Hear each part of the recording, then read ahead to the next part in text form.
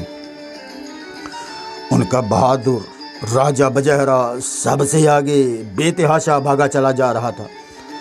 اسے ہر ہندو مسلمان نظر آ کر اس پر حملہ کرتا ہوا معلوم ہو رہا تھا، اس لیے وہ پوری طاقت سے دوڑ رہا تھا، چاہتا تھا کہ کسی طرح جلد قلعہ میں آ جائے اور وہ اس میں داخل ہو کر بچ جائے۔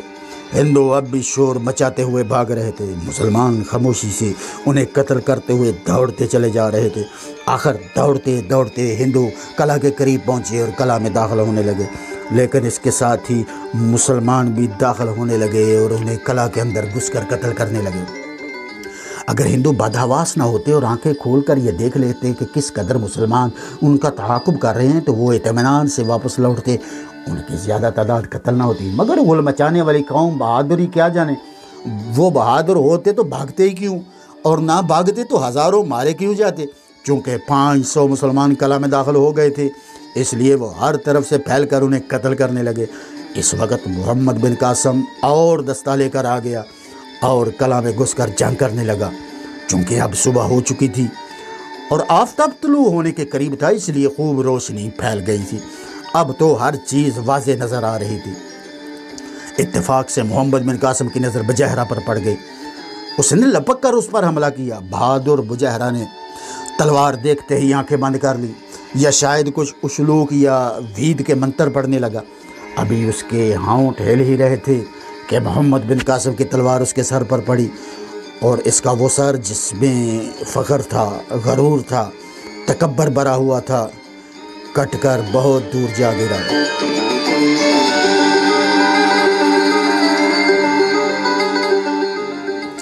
چونکہ مسلمان تمام قلعے میں پھیلے ہوئے تھے، ہندوؤں کو قتل کر رہے تھے اور سارے قلعہ میں چیخو پکار مچ رہی تھی، اس لیے سونے والے بھی بیدار ہو گئے تھے، مگر جاگتے ہی خوف کی وجہ سے کوٹھڑیوں میں جا گھسے تھے۔ جب ہندوؤں نے دیکھا کہ اب جان بچانا بہت دشوار ہے تو انہوں نے فوراً ہتھیار ڈالنے میں اپنی افیت محسوس کی اور امان چلانے لگے۔ محمد بن قاسم اور محمد اسلم نے جنگ بندی کر دی اور باقی ماندہ ہندوؤں کو اسیر کرنے کا حکم دے دیا۔ مسلمانوں کو بڑا ناگوار گزرا کہ ان کم بختوں نے ابھی سے الامان چلانا شروع کر دیا۔ جی تو ان کا نہ چاہتا تھا کہ ان میں سے کسی ایک کو بھی زندہ چھوڑیں، لیکن امان کہنے پر تلوار نہیں چلا سکتے تھے، چنانچہ مجبوراً انہوں نے تلواریں میانوں میں ڈالیں اور ہندوؤں کو گرفتار کرنا شروع کر دیا۔